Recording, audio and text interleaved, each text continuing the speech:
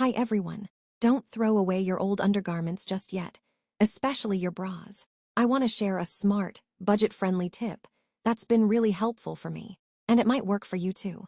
During pregnancy, or with a bit of weight gain, many women find that their bras become too tight around the chest.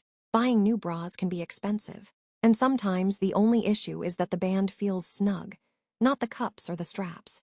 Instead of spending money on new bras, you can reuse the hooks and eye closures from your old bras to make your bra extender. A bra extender is a small piece that you attach to the back of your bra to add more length to the band. It's a simple way to make your bra more comfortable. All you need to do is cut out the hook and eye pieces from an old bra that you no longer wear, and sew or attach them to create an extender. You can even make a few in different sizes to use as your body changes, especially during pregnancy, postpartum. Let's be smart and sustainable.